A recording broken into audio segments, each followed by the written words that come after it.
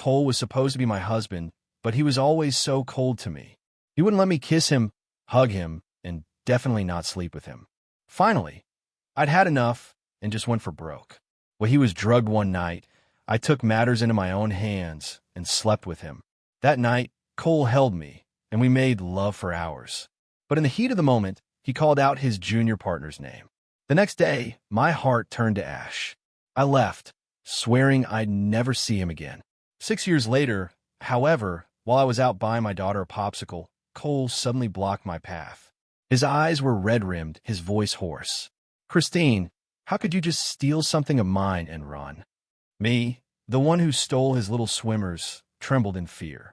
He's not going to try and take my daughter from me, is he? Cole was an orphan my dad took in.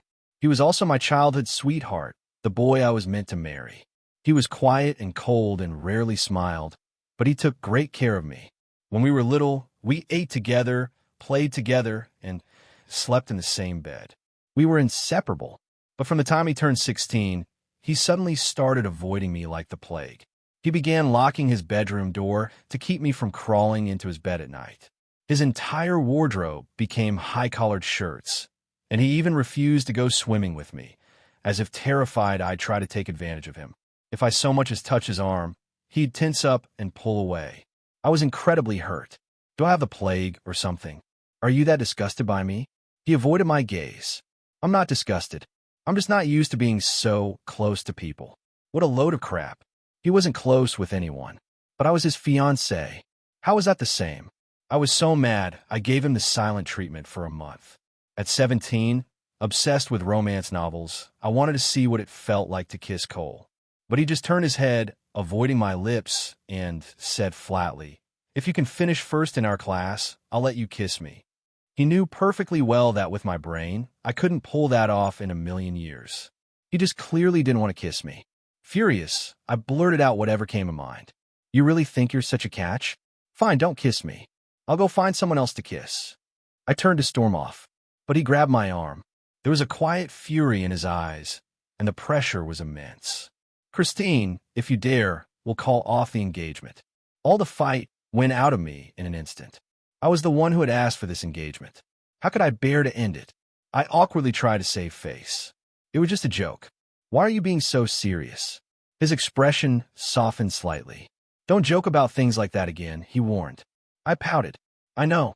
At 18, Cole, who had promised to go to the same university as me, changed his application to a school in another state without telling me. I cried my eyes out, calling him a huge liar. He stood there silently, letting me vent my anger.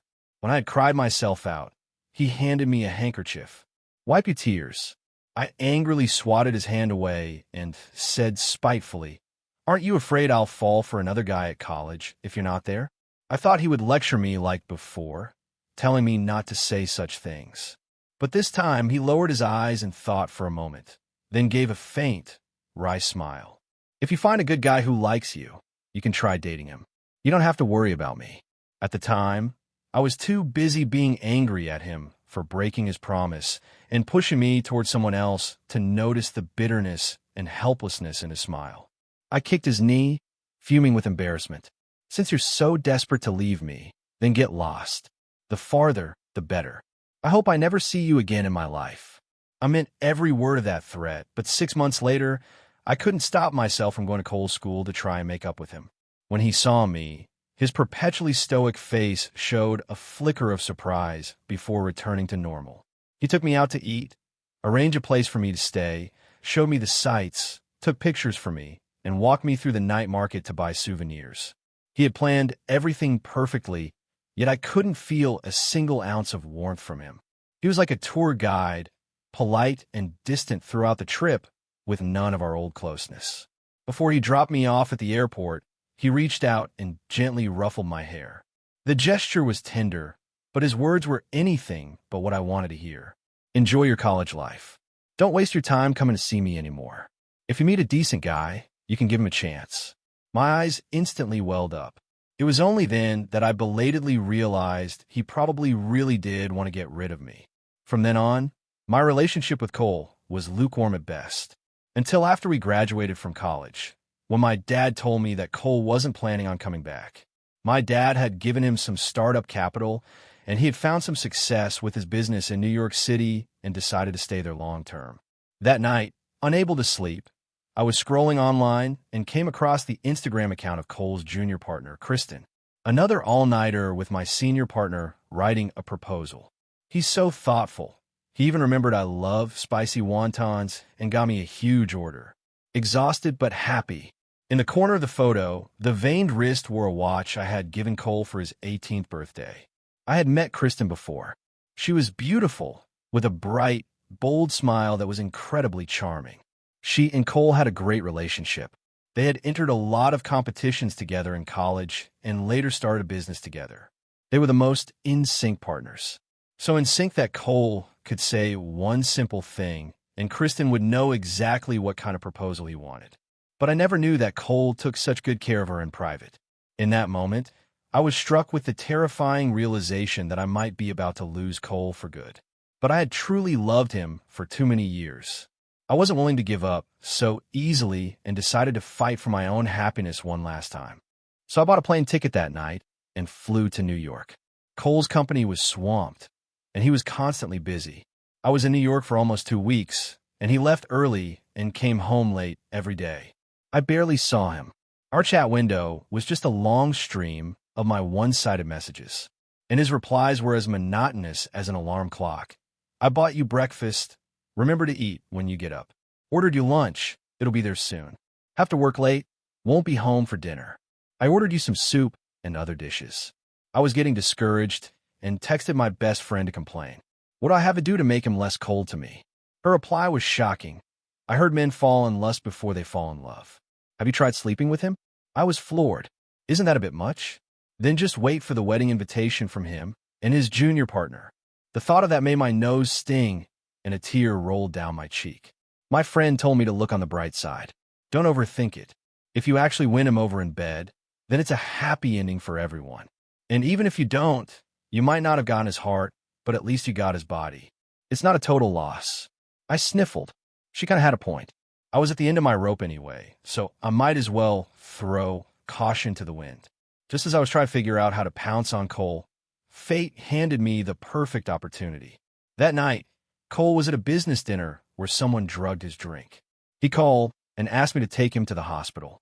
No way was I doing that. The second I got in the car, I climbed onto his lap and kissed him fiercely. At first, he tried to push me away. Christine, don't mess around. But the drug was too strong. He finally surrendered to my advances. Right before we went all the way, he held the back of my neck, pecking at my lips, and asked in a husky voice, "Are you sure you won't regret this?" I shook my head, my voice firm. No regrets. The instant the words left my mouth, he conquered my defenses. Our bodies fit together perfectly, and it felt like the distance between our hearts was shrinking too. In such an intimate moment, I couldn't stop myself from asking, "Cole, can you please like me? I promise I'll be good from now on and won't lose my temper with you anymore. Please don't like someone else, okay?" Hearing that, he suddenly stopped and looked at me in silence. The emotions in his deep eyes were too complex for me to understand. Just as I was about to ask what he was thinking, he suddenly picked up the pace, shattering the words on my lips. I couldn't speak, nor did I have the energy to think anymore. My whole body was like a fish on a cutting board, being flipped and seared over and over again. The battlefield shifted to his apartment. Cole carried me from the living room to the bedroom. I never knew his stamina was this incredible. He was like a tireless machine, but I was truly exhausted and had long forgotten my goal of seducing him. I pushed at him dissatisfied. "I want to sleep. Let me sleep." He cooed in my ear, "Shoo, it's almost over." That gentle voice overlapped with the Cole I remembered from our youth. Back then, he would hold my hand as we walked through streets and alleys. He would carry me home on his back after I playfully jumped on him. When I couldn't sleep, he would lie with me under the same blanket and tell me stories until I drifted off. But the grown-up Cole pushed me 1,000 miles away, his coldness breaking my heart. I suddenly felt a wave of sadness, and tears began to well in the corners of my eyes. He leaned down and kissed them away. "Don't cry."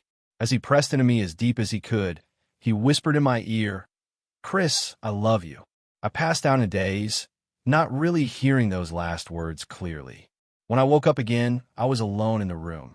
I wrapped the blanket around myself and sat up, staring at the empty space, my heart filled with loneliness.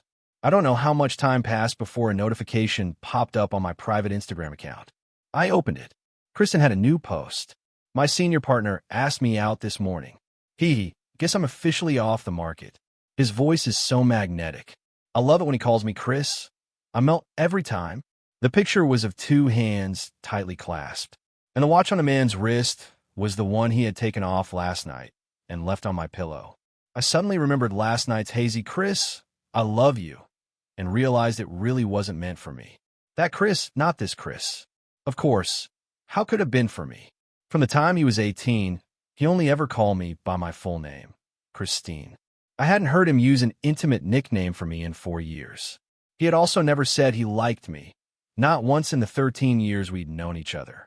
It had always been my one-sided wishful thinking, forcing him to be my betrothed, forcing him to go to the same school as me, and then taking advantage of him when he was drugged. He must hate me. That's why. After the drug wore off, he couldn't even bear to look at me and ran off to confess his love to the woman he truly cared about. I felt like a clown for doing something so shameful and despicable. I couldn't face Cole anymore, and I certainly couldn't keep chasing him. Otherwise, I'd just be the other woman, the one everyone scorns. I tearfully deleted my Instagram account, vowing never to stalk Kristen again. Then I blocked Cole on everything. I packed my bags and left. 6 years later, I went to pick up my daughter from preschool. Zoe, with her little backpack on, was looking with a mix of longing and envy at the other kids who were walking home holding both their mom's and dad's hands. When she saw me, she immediately put on a smile, ran over to take my hand, and chirped, "Mommy, I miss you so much." The little girl was very considerate. She had asked me once where her daddy was, but after seeing my eyes turn red, she never brought up the subject of her father again. It wasn't that I was sad because I still had feelings for Cole. With time, I had forgotten most of what happened. I just felt sorry for my daughter. Because of my one-sided decision, she had to grow up in a single-parent home, missing a father's love. It felt a little unfair to her. But what was done was done. All I could do was give her more of my love to make up for it. I took Zoe's backpack and gently ruffled her hair. "Mommy missed you too." She chattered happily, telling me all about her day at preschool. Then she said proudly, "Mommy, I got first place in the race today." Wow, my Zoe is so amazing. Of course. I'm your daughter, so of course I'm amazing. I smiled and tapped her little nose. So what reward does my amazing Zoe want? She blinked, testing the waters. "Can I have an ice cream?" Her stomach wasn't the best, so I rarely let her eat cold things. But seeing the hopeful look in her eyes today, I couldn't bring myself to say no. Okay. She jumped for joy. Yay, Mommy's the best. There was a convenience store nearby. I held Zoe's hand and we walked over. Just as we reached the entrance, before my left foot even crossed the threshold, a figure rushed toward me and grabbed my wrist tightly. I was startled, thinking it was a mugger, and was about to kick him. But when I turned my head, I was suddenly face to face with Cole. I froze. His eyes were red-rimmed, his voice hoarse. "Christine, how could you just steal something of mine and run?" My heart pounded in my chest, and I was speechless. My daughter peeked out from behind me and asked curiously, "Mommy, who is this man?" Cole's body went rigid, and his gaze slowly shifted to Zoe. He looked at her in disbelief, his voice trembling. "Christine, is she?" Cole's reaction was so intense. It was obvious he suspected Zoe was his child. I was incredibly thankful Zoe was wearing a mask. Because of it, Cole couldn't see that her nose and mouth were a perfect copy of his. My story with him had ended 6 years ago. It shouldn't be starting up again. So, without hesitation, I lied. "This is my husband's and my daughter. It has nothing to do with you." Cole's pupils trembled, and his words came out haltingly. You married?" My tone was breezy. "It's been 6 years. Is it so strange that I'm married?" His face was so pale it could be described as ashen, which only made his red-rimmed eyes look more startling. He looked like he was on the verge of tears, but fighting them back with all his might. I didn't understand why he looked so pained. After all, The person he truly loved was Kristen, not me. It couldn't be that after I left, he suddenly realized I was the one he loved, right? The thought flickered through my mind for a second before I dismissed it. How could he possibly love me? There were too many obstacles between us. I'd be lucky if he didn't hate me. I didn't want anything more to do with him either. I quickly bought a popsicle and got my daughter into the car. Cole remained standing there like a statue, not leaving for a long time. Zoe quietly leaned against the car window, looking back. Only when the car turned a corner and Cole's figure disappeared completely did she pull her gaze away. Then she looked down, silently twisting her fingers, a far cry from the cheerful little chatterbox she usually was. I had a good idea of what she was thinking. After all, her mouth and nose were a spitting image of Cole's. On top of that, Cole's emotional roller coaster was obvious to anyone. Anyone could see we had a complicated history. I sighed silently, wondering how to explain things to Zoe. But she remained silent all the way until I parked in the underground garage. Maybe she saw how much I wanted to avoid Cole and was afraid that asking would upset me. My daughter had always been so sweet and considerate. I stroked her hair and said softly, "You weren't wrong. That man just now was your father." Zoe looked up, her eyes red. "Mommy, was it because he bullied you that you didn't want me to meet him? When we were little, Cole treated me like a princess. After we grew up, although he was cold, he never said a harsh word to me, let alone did anything to hurt me. I was always the one who was willful and quick to anger. No, your father is a very good person. He just doesn't like me, and that's not his fault." She suddenly threw her arms around me, burying her face in my shoulder, and said in a muffled voice, "If he doesn't like you, then I don't like him either. Mommy, you're the most important person to me." She clearly wanted a father, but she would always put me first. A wave of warmth washed over me. I gently patted her back and smiled. Zoe is Mommy's most important person, too. I thought that chance encounter would be the last time I saw Cole. I didn't expect him to show up at my door 2 weeks later. I frowned. "What are you doing here?" He got straight to the point. "You said you were married. Why has your husband never come home?" My heart skipped a beat. "Are you spying on me?" "Not spying. Just concerned about you." "I don't need your concern. My husband is on a business trip. He'll be back in a few days." "Oh, then why did your neighbor say she's never seen your husband in the 5 years you've lived here? You're not going to tell me he's been on a business trip for 5 years, are you?" He had clearly come prepared, even getting my neighbor on his side. I forced myself to keep up the lie. "I'm divorced, okay?" "Of course," he said bluntly. "Then please explain this. If Zoe is your and your ex-husband's daughter, why does she look so much like me? Or, how about I go get a DNA test?" It seemed that in the past 2 weeks, he had thoroughly investigated my daughters and my past. There was no point in denying it any longer. My face pale, I asked helplessly, "Even if Zoe is your daughter, so what? Can you be a responsible father?" He bristled at my doubt. "How do you know I can't be a good dad? Christine, you won't even give me a chance. How can you sentence me without a trial?" I didn't get it. "Isn't Kristen the one you love? Since you two are together, if you want a child, let her have one for you. Zoe is my daughter alone. She only needs me. She doesn't need you." Cole looked as if he'd heard something unbelievable. "What does Kristen have to do with this? We're just colleagues. She's been with Sam for 6 years." He said, stunned. I froze. It took me a moment to remember that Sam was Cole's college roommate and also Kristen's senior partner. So, I'd been wrong this whole time? My eyes fell on Cole's wrist. He had been wearing this watch since he was 18 for 10 years now. The strap was a bit worn, but he still hadn't replaced it. I bit my lip. "Doesn't Sam have a watch that's the same as the one I gave you?" Cole nodded.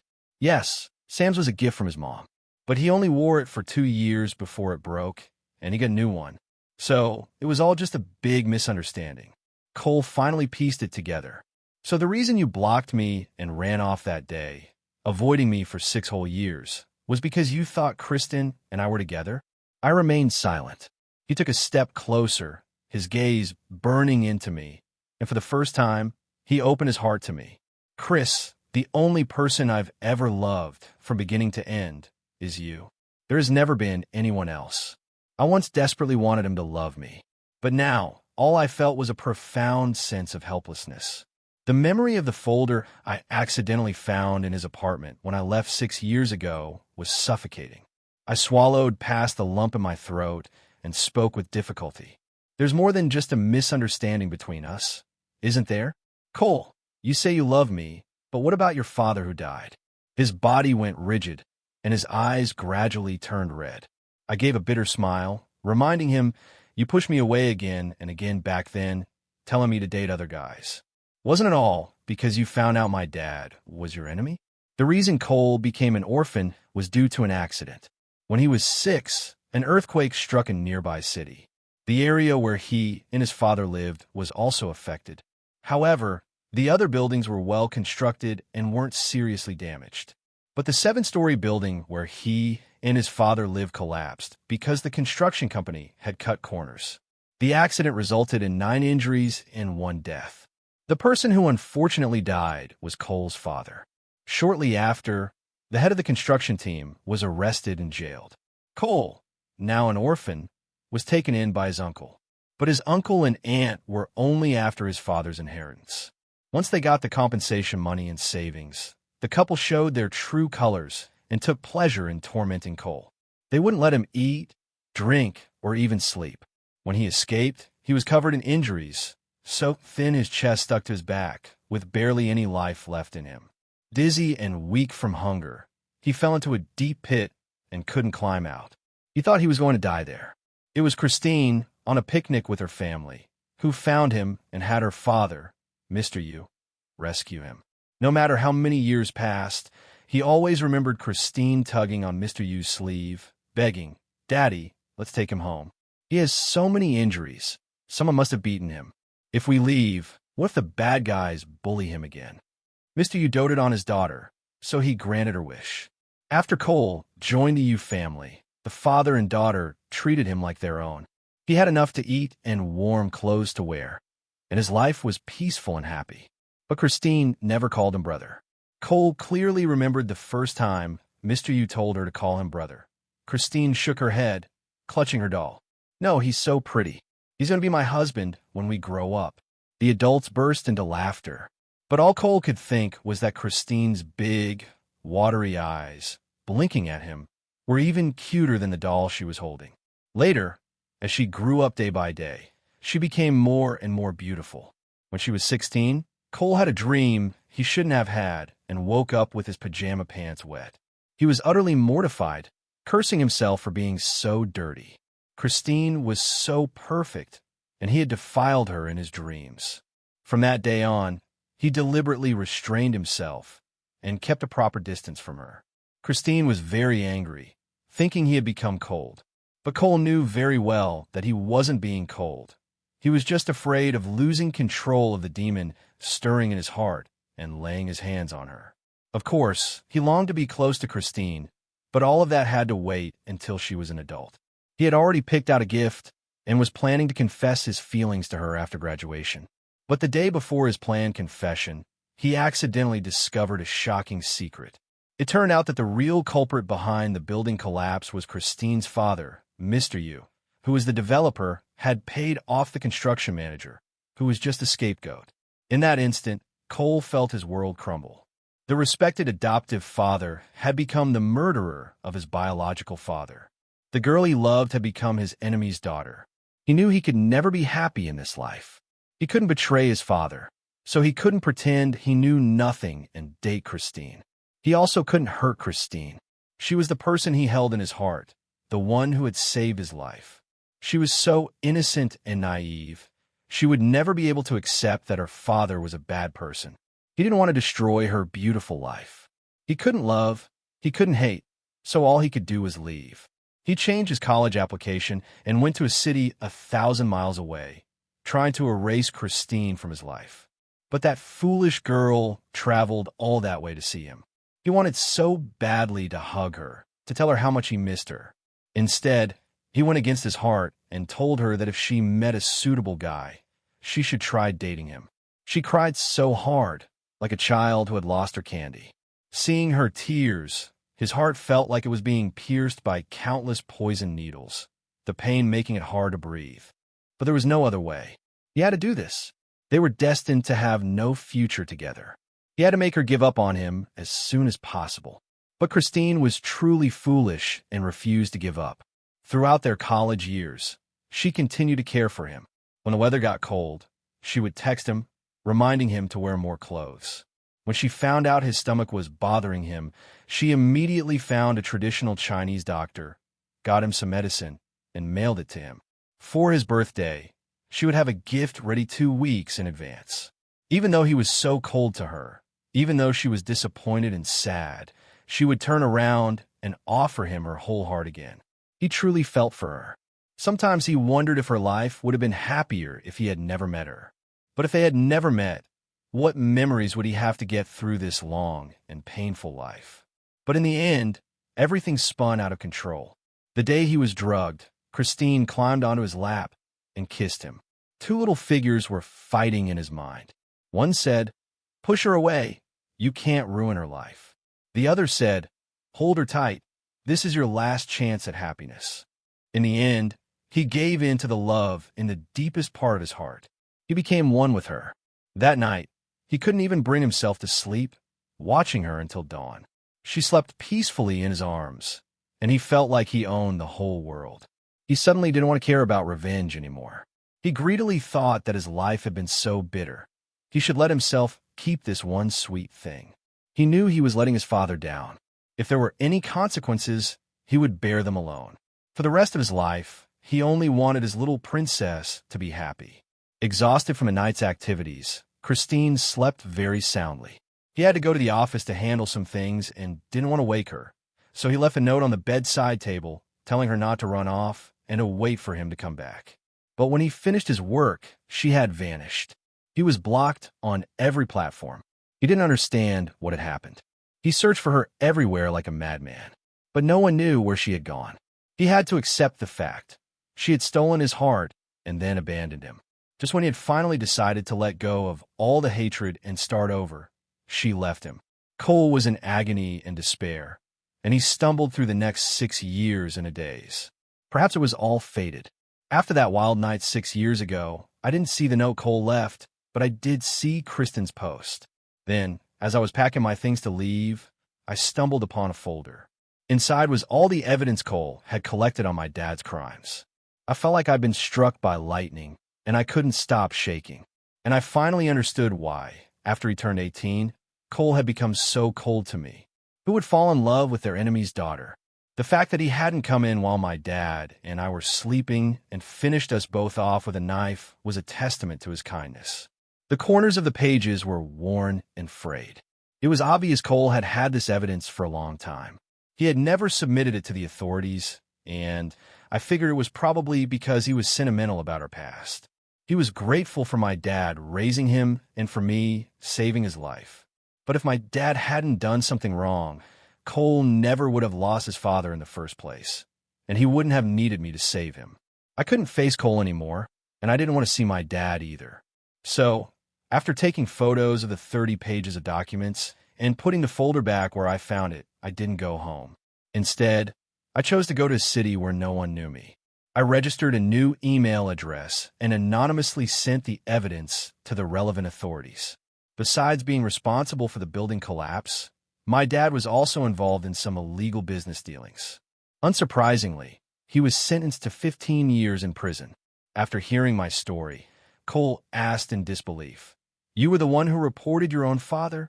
He never knew I had seen the evidence he collected. He naturally assumed a business rival had intentionally set my dad up. I nodded. Yes. I had hesitated for a full 2 months back then. My dad was truly a good father. Growing up, he never once raised his voice at me. Whatever I wanted, even if it was the moon in the sky, he would find a way to get it for me. But he had also committed a crime.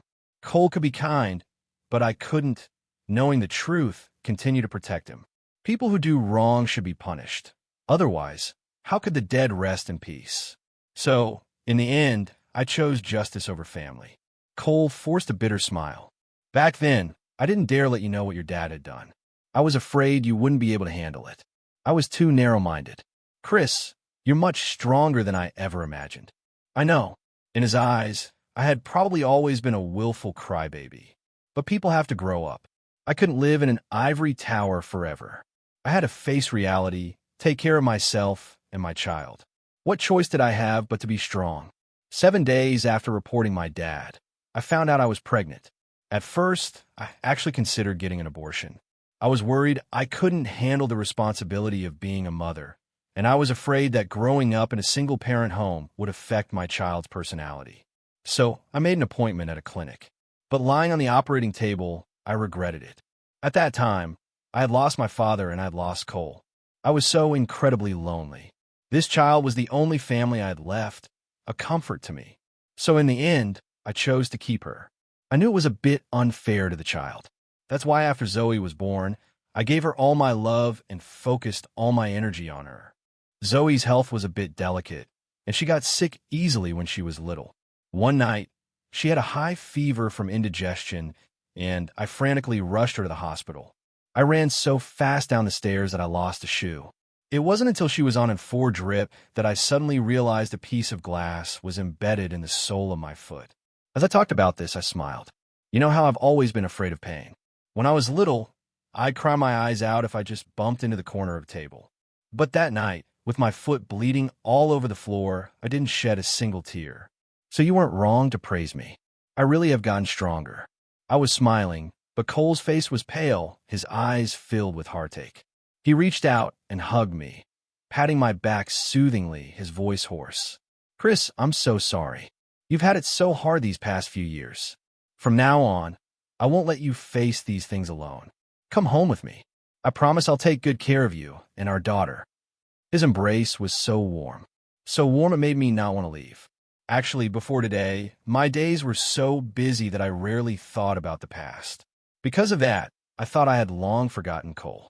But today, 6 years later, as he stood before me, telling me I was the only one he ever loved, that he had been searching for me all these years, that he had long let go of his hatred for my sake, my heart, which had been silent for so long, began to stir. I suddenly realized that I had probably never stopped loving him. I just thought there was a deep-seated feud between us, and that we had no future. So I forced myself to lock my heart away, forced myself not to think about him. I thought that not thinking about him meant I no longer loved him. But after all these years, he had already taken root in my heart. How could I possibly forget him? I was only fooling myself. I paused for a moment, then asked him for confirmation. Cole, are you sure you can really let go of the past? I don't want you to regret this one day and push me away again. He eagerly expressed his feelings. I will never push you away again. Chris, I figured out a long time ago. We shouldn't have to bear the grudges of the previous generation. Besides, we've wasted so many years, and we've been in pain for so many years. We paid a high enough price. Let the past be the past. Let's start over. From now on, our family of 3 will live happily ever after. He was right. We have been in pain for so long. Isn't it time we embraced happiness? Cole continued to whisper words of love in my ear. Chris, you have no idea how much I've missed you these past 6 years. 6 years, over 2,000 nights, and I haven't had a single good night's sleep. I really regret it. I regret ever pushing you away. I should have told you sooner that I love you, and only you. The person I want to spend the rest of my life with has only ever been you. He held me tightly, as if I were a long-lost treasure. And amidst his declarations of love, I raised my arms and hugged him back. Cole, since we still love each other, let's be together, okay? In an instant, his tears began to fall. It was the first time I had ever seen him cry. Hot tears dripped onto the side of my neck, and my fingers curled slightly. He nodded firmly, his voice resolute. Okay, we'll be together. Perhaps because of the blood connection, and because Cole was truly devoted to us, Zoe accepted him very quickly. At the school's parent-child day, it was the first time she had both her mom and dad with her, and Zoe was so excited she was practically dancing. Later, after Cole helped her win several games in a row, she couldn't stop grinning. She hugged the prizes Cole had won for her and said proudly, "A lot of kids used to make fun of me for not having a dad. Today, they all came and apologized to me. They even said they had no idea my dad was so handsome and so cool." She meant it as a compliment for Cole. But Cole's eyes suddenly turned red. He lovingly stroked Zoe's hair. "I'm sorry. Dad made you and Mom suffer these past few years. Now that Dad's here, I'll never let anyone bully you two again. Zoe shook her head. I didn't suffer. Mom had it hard, having to work and take care of me. Daddy, you have to love Mommy a whole lot from now on, okay? Cole fought back tears. Okay. He didn't break his promise. In the days that followed, he truly showed his love for me and our daughter through his actions. After my dad went to prison 6 years ago, Cole had been managing the Yu family's business. Cole was something of a business genius. Under his leadership, the company's profits had increased fivefold. The company he started himself was doing even better. After handing my dad's company over to me, he also transferred half of his own company's shares to me. I don't really know much about business, so he's still the one in charge of operations. My daughter and I are just in charge of collecting and spending the money. I feel like I already spend money quite lavishly, but the balance in my account just keeps skyrocketing. I couldn't help but remark, Cole, you're way too good at making money. A slight smile touched his lips. So you two need to keep up with my pace and try to spend more. Thinking of the 3 walk-in closets overflowing with shoes, bags, and dresses, and the playroom piled high with all sorts of toys, my mouth twitched. We're running out of space for all this stuff. He raised an eyebrow. That's easy. I'll go get you a warehouse tomorrow. I was dumbfounded. Isn't that a little over the top? He smiled. Not at all. As long as you and Zoe are happy, that's all that matters. Cole really dotes on our daughter. He ties her hair in braids every morning. He reads her a bedtime story every night. Whenever he has free time on the weekends, he takes her out to play, and he's completely devoted to me. If I tell him to go east, he won't go west. If I'm even slightly unhappy, he acts like it's a major crisis and does everything he can to make me smile. He's perfect in every way, except for one thing. He has to hold me when he sleeps. The reason is that during the 6 years I was gone, his sleep became terrible, and he had to rely on sleeping pills every night just to fall asleep. I was worried about the side effects of the pills, so I made him quit. He took the opportunity to demand that I become his new sleeping aid. When he holds me, his sleep does indeed get a little better. But he's a human furnace, and sometimes I get too hot and try to slip out of his arms after he's fallen asleep. But the moment I push him away, he jolts awake and says in a panic, Chris, don't leave me. He's always had such a calm, deadpan face. It's rare to see him so scared and insecure. I have to give in, returning to his arms and soothing him softly. I'm not going anywhere. I'm not going anywhere. Go back to sleep. Only then does he relax, his strong arms wrapping around me as he closes his eyes and drifts back to sleep. Zoe even teased him about it once. Daddy, you're like Mommy's little accessory. Wherever she goes, you have to follow. Cole actually seemed to approve of the title. Yep, I just can't be without your mom, and I can't be without you. You're both my treasures. Zoe took the opportunity to hug his arm and act cute. Daddy, since I'm your treasure, can I have one extra piece of candy today? Cole was completely powerless against our daughter's charms. He pinched her cheek. Yes, but only one extra. And you have to rinse your mouth right after. Zoe kissed his cheek and said with a sunny smile, Thanks, Daddy. You're the best. Watching the two of them, I couldn't help but smile too. For months after we got back together, Cole and I had our wedding. He insisted on making it a grand affair. The floral arch was tall and filled with my favorite champagne roses. The wedding dress was couture, its train adorned with pink diamonds. It was truly expensive, but it was also truly beautiful. Cole designed our wedding rings himself and had them custom-made. He invited most of our friends to witness our happiness. Kristen and Sam came too. They looked stunning together, a perfect match. But the happiest person that day was Zoe. She carried a flower basket, wore a beautiful little dress, and served as our flower girl. After hopping around all day, she finally got tired and fell asleep before 9 o'clock that night. Cole carried her to the kids' room, took off her shoes, tucked her in, and kissed her forehead before coming back to the master bedroom. He's become incredibly clingy. The moment he walked in, he hugged me and kissed me for a solid half hour. My tongue was numb by the time he finally let me go. I couldn't help but roll my eyes. Can you control yourself? My lips are about to swell up from you chewing on them. He said shamelessly, but I haven't kissed you enough. With that, he pounced on me again. Oh my God, I give up. How did the guy who wouldn't let me kiss him even once turn into such a kissing monster?